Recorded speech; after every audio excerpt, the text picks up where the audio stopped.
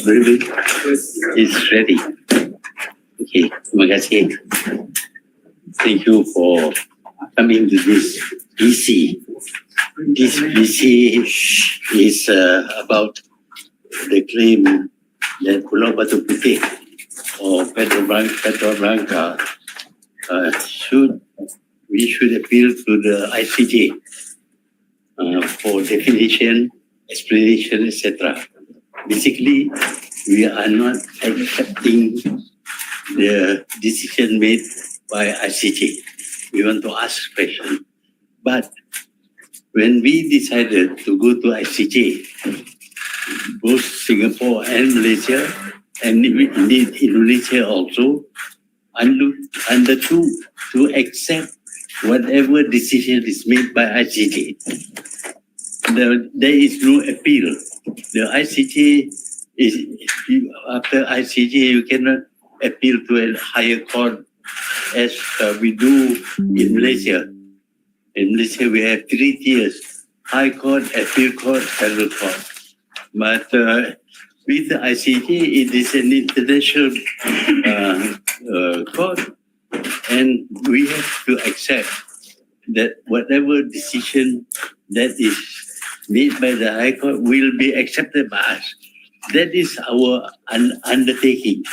Singapore, Malaysia, Indonesia undertook to accept all the decisions made by the ICJ. So when we got the result on Petrobranca or Pulau Batu Puteh, we are bound to accept what decision is made by the ICJ. Now, if we don't accept, if we query the finding, then we are not sticking to the promise that we made. We are not honoring our promise that we would accept whatever decision is made by ICJ. Now, this is very important because when a country undertakes to do certain thing, and when we are implementing, we change our position and regard the understanding or the agreement as not fully binding on us, then that country will not be trusted by other countries. Now, Malaysia has to make treaties, agreements with many countries in the world, some on trade, some on political asylum, etc. And it is important that people who undertake some understanding with Malaysia, that they know Malaysia will not renege on our promise. That is very important because if we are not trusted, then of course it will be very difficult for us to enter into any agreement. That is number one. Number two, what is the decision of ICJ? Now, ICJ decided that the rock Petrobranca goes to Singapore, but Middle Rock and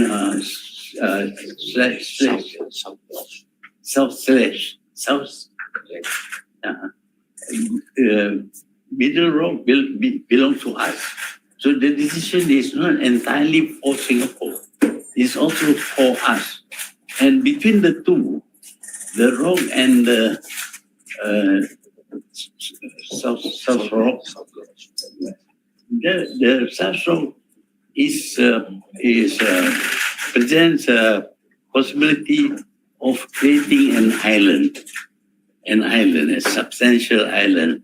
As you know, we built on one rock in the middle of the South China Sea.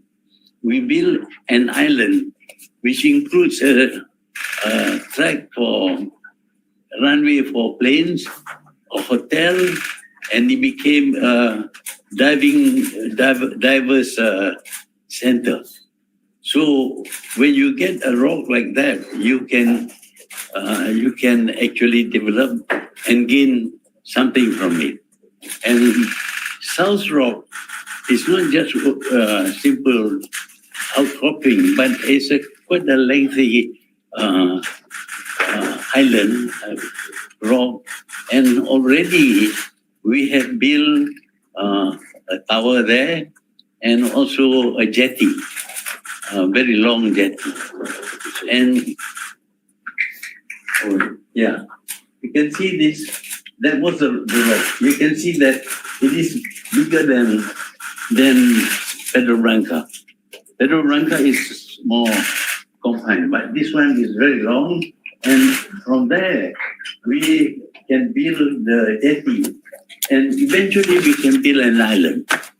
We have experience of that. In Layang, we build a runway for airplanes, and we build a hotel there, as well as we garrison that Pulau Layang with our, yeah. You can see that was the original Pulau Layang, and you see the rock there, just one rock coming up like that. And now you see what has happened. You see a runway, and you see the hotel there, and also the terminus for the planes. So we can develop South Rock and make it valuable to us. A middle rock, make it valuable to us, and probably allow tourists to come there. So the award to us is in many ways much more valuable than Pedra Blanca. Pedra Blanca is just a lighthouse. And all this while it has been administered by Singapore, because this started during the British time. And at one time, of course, the British asked Johor whether they own Pedra Blanca, and Johor replied that they don't have any interest in that. And that is one of the strongest points for giving Pedra Blanca to Singapore, because Johor government actually said that they don't claim Pedra Blanca. But there is nothing with regard to Middle Rock and also South Sledge. So we have an opportunity to develop it. So when we take into that consideration and the decision made by ICJ, which we must adhere to, honorably adhere to, because that was our promise, then the award is not completely to Singapore, it's also to Malaysia. Of course, with the Indonesia, we have Pulau Sipadan and Legitan. And Pulau Sipadan and Legitan are two of the 10 most beautiful islands in the world.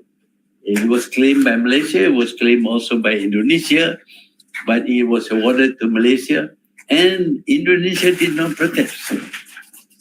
Although they lost a very beautiful island, they did not protest. So it is strong for us to protest. If we don't understand the language, we can ask ICJ what they mean. But here, the move is to sort of challenge ICJ's decision and the basis for that decision. We have given an undertaking, and we can't do that. So that is a problem. As far as a decision made not to continue with the claim that was started not during my time, we find that we should not claim any more than what is given by this ICJ.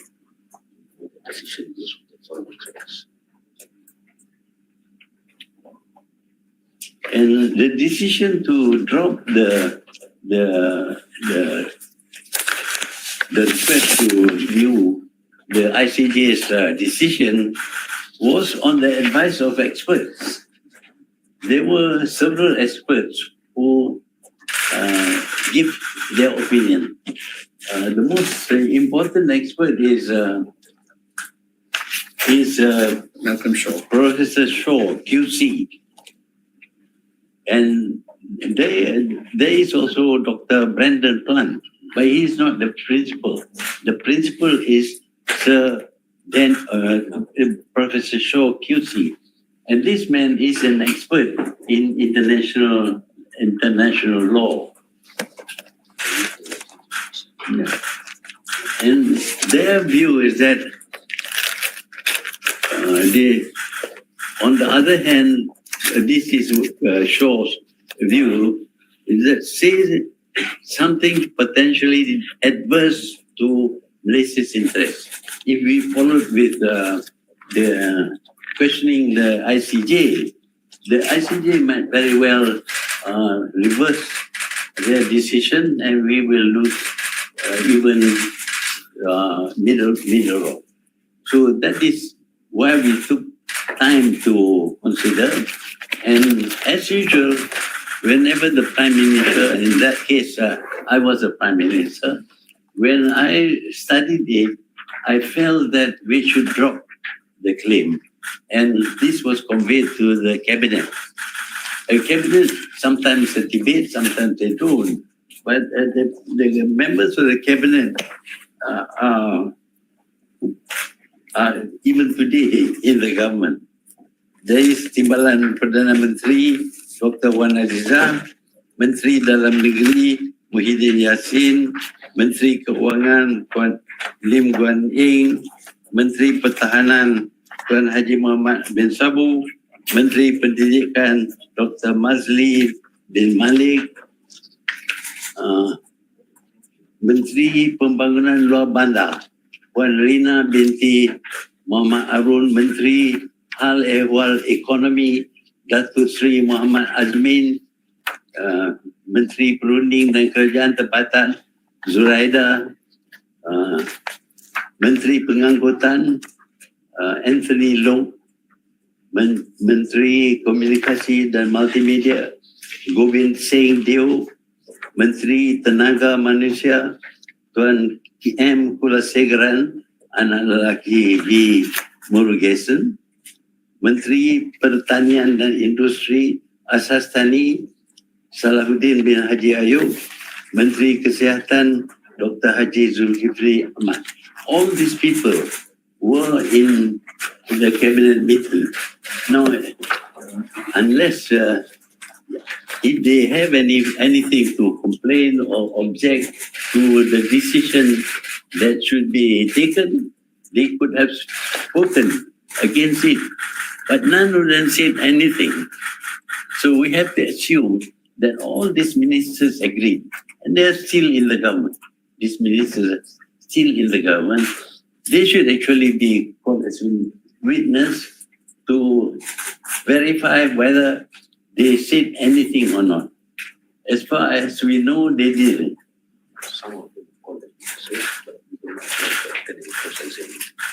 Yeah, some of them should be called as witnesses.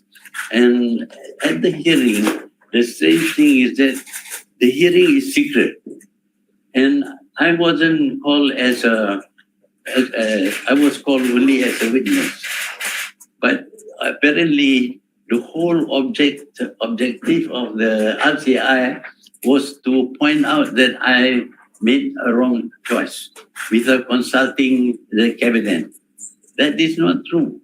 I mean, we consulted the cabinet, we consulted the experts, and then make a decision.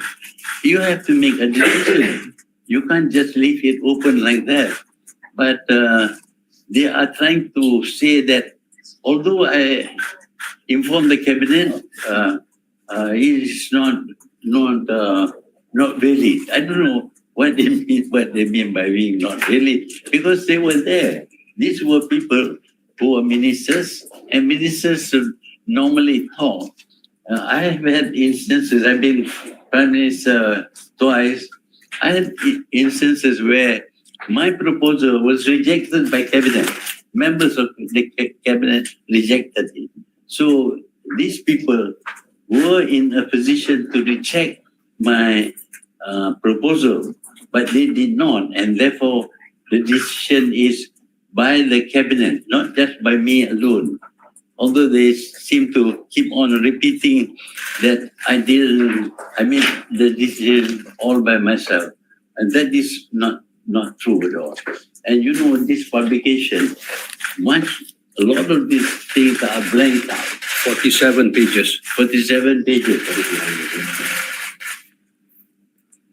See, so even this document, lots of things are hidden. I mean, it should be full document. It is something that is of interest to the public. But they issued this with this cancellation. So this paper is presented seeming to pinpoint that I was the one who was responsible. It was not me alone. It was the cabinet. But of course, they cannot very well charge the whole cabinet. So they want to charge me under criminal law. I mean, what do I gain from that? I get nothing. It is in the interest of the country that I made that decision. And I know that mineral is valuable to us and we can develop it. At the same time, we have the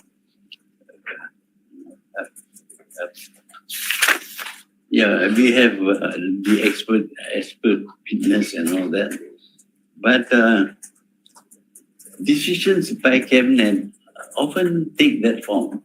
People know that I carry a small book where I write things, and it's not presented as a paper.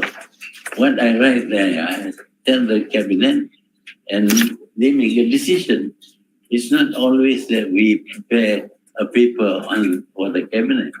So those are the points I like to make here. But to charge me as a criminal under criminal law, I have never worked for Singapore.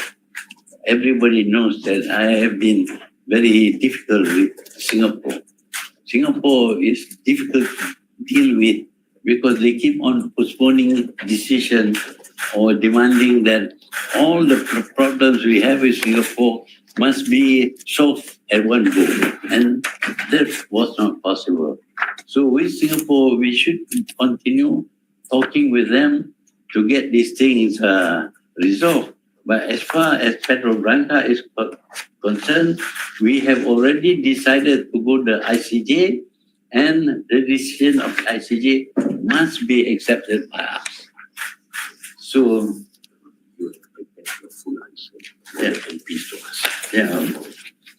we have prepared the points that I mentioned just now, so the MPs can read what actually happened. They are going to debate this day after tomorrow.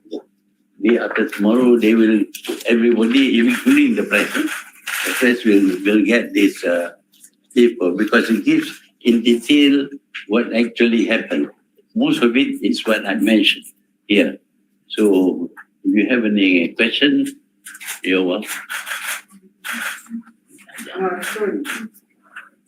So the Prime Minister has called it that you have committed treachery by giving away Pedro Branca according to the decision.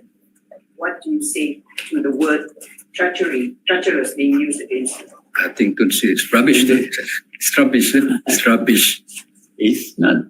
How can you describe it as treachery when I do it without any personal gain and gain for the country this mineral? We made a good decision. Based on treachery. Based on the legal experts, the QCs and the foreign legal experts, Tun did not make the decision himself. Yeah, I work on the basis of the information that I get from the AG staff, also the foreign experts.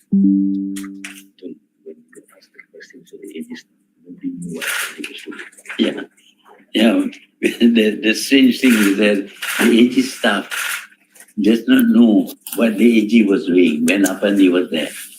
Apandi was not regarded as a good AG because he investigated the case of Najib in 6 months, not thoroughly, and then he declared that Najib has done nothing wrong. And we know that later on, when the case was presented in court, Najib was proven wrong in 3 courts: High Court, the Appeal Court, and the Federal Court. 9 judges decided, and yet Apandi says Najib has done no wrong. That is a kind of not following procedures properly. He should have done a very thorough examination, but Apandi didn't. So you cannot trust Apandi because he seemed to support the decision, but he was made chairman of the task force, which recommended the setting up of the RCI. If you're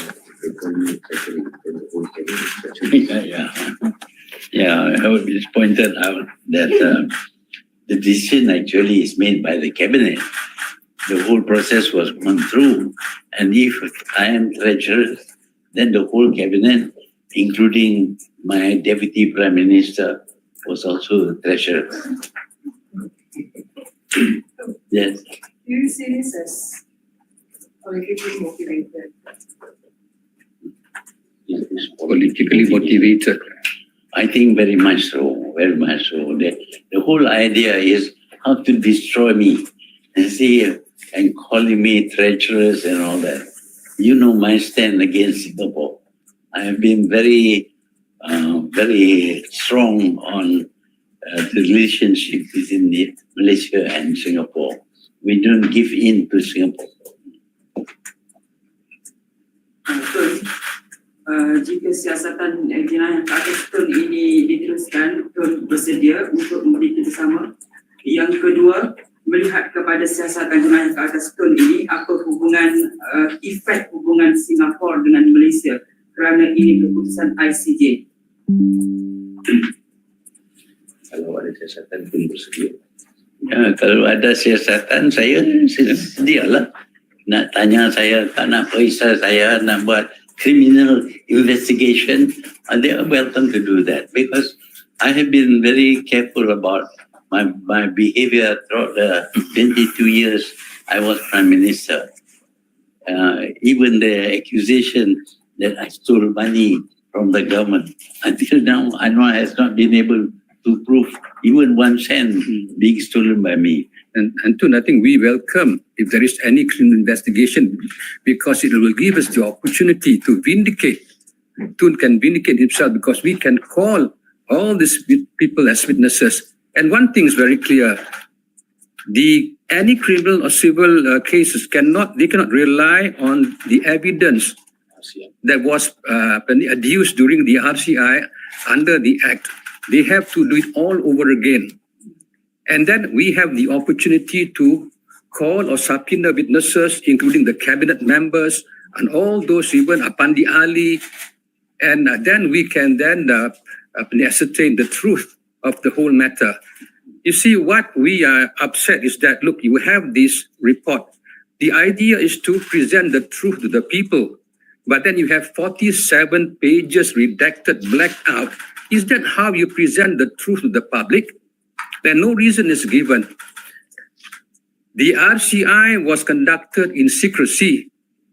Tun, under Section 18 of the Act, was entitled to be present together with his lawyers throughout the proceeding.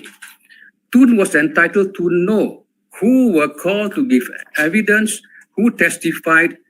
And if you look at the previous RCI, the VK Lingam tape, the Forex RCI, Wang Klian, Anwar punya Black Eye punya RCI, it was all open to the public.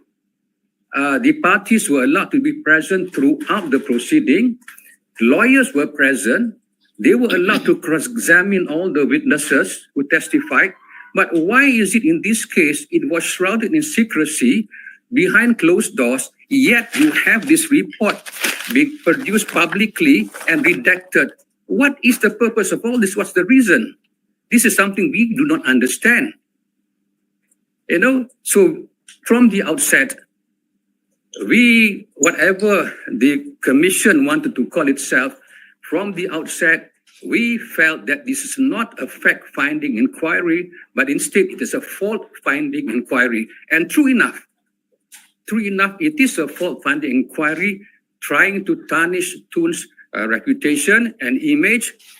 And we believe even the recommendation by the RCI for criminal investigation is intended to intimidate, harass, and embarrass Tun. And we believe strongly that it's going to be very, very difficult for them to proceed with the criminal investigation. So from day one, we had no faith in the RCI.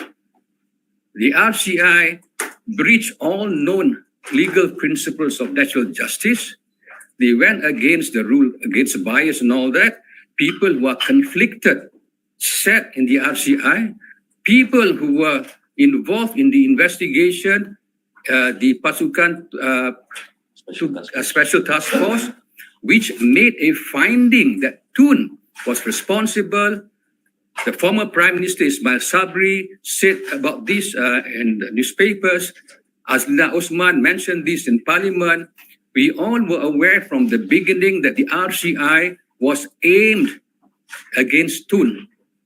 And under Section 18 of the Commission of Inquiry Act, Tun is entitled to be present throughout the entire proceeding together with his lawyers. Even that right, which is a statutory right in the Act, was denied to Tun. So we have the doubts about the integrity of the RCI from the very beginning. And true enough, when the report came out, this is what you see. If you want to get to the truth, then why do you have to black out these pages? What is there to hide? Everything was hidden from the public from day one and until today. So what we are saying is, as far as we are concerned, this report is not worth the paper it's printed on, and we reject. And see, one of the recommendations made by the RCI is that Malaysia boleh memfailkan semula permohonan tafsiran baharu pada bila-bila masa yang sesuai. Walau bagaimanapun, Suruhanjaya tidak mencadangkan Malaysia memfailkan semula permohonan tafsiran. Why? No reason given. They say we can refile, but we are not going to refile, yet no reason given. And then, second recommendation, tindakan sivil di bawah tort misfeasance yang dicadangkan oleh PPK, that is the Pasukan Petugas Khas, where Datuk Baljit Singh, who was a member, and where this PPK came to the conclusion Tun was responsible, yet he sat in the RCI. How could he sit and arrive at a conclusion in the PPK and yet then sit in the RCI and coming to the same conclusion? So these are the issues we raised before the commission, but they just brushed aside all our objections. And now they say, look, tindakan sivil di bawah tort misfeasance yang dicadangkan oleh PPK tidak perlu diambil terhadap Tun Dr. Mahathir kerana tindakan tersebut telah terhalang oleh had masa. That's wrong, because this finding by the RCI is only recent and the limitation is 6 years. So it should run from the date when the finding is made. So all these are excuses given by the RCI. And the last recommendation is for siasatan jenayah boleh dimulakan terhadap Dr. Mahathir atas kesalahan di bawah Section 415B Kanun Keseksaan dan boleh dihukum di bawah Section 417 Kanun yang sama dan juga di bawah Section 418 Kanun yang sama. This is a criminal penal code. The offense of cheating. Are they saying that Tun cheated the cabinet? Tun lied to the cabinet? The cabinet was briefed. In fact, if you look at the cabinet minutes, the ministers were briefed. They were aware what happened, and we have lawyers there. These are cabinet ministers made up educated people. They knew what was happening. They never objected. They never raised any issue with Tun about the presentation of the briefing by Tun. And today, they are saying, look, they are not happy. Tun, probably they are saying Tun lied to them. Tun cheated them. Tun did not present the truth. But why now? To me and to us, they are trying to save their skin. They are doing this because they want to protect themselves. But this opportunity to cross-examine them will be available to us should the criminal prosecution is proceeded with. And these people will be called, we can cross-examine them. So this is how we view the report of the RCI. I would like to add that in my cabinet at that time, the Deputy Prime Minister was Wan Azizah. She was sitting next to me, but she didn't say anything, nor was she called by RCI to give evidence. So it seems that they pick and choose the people they want to question so that they can get the results that they want. Actually, if I have done wrong, they have a chance to make a report, but they didn't make any report. It's RCI that makes the report. So I didn't commit a crime against RCI. If they say I lied to the cabinet has a right to make a report that I lied to the cabinet.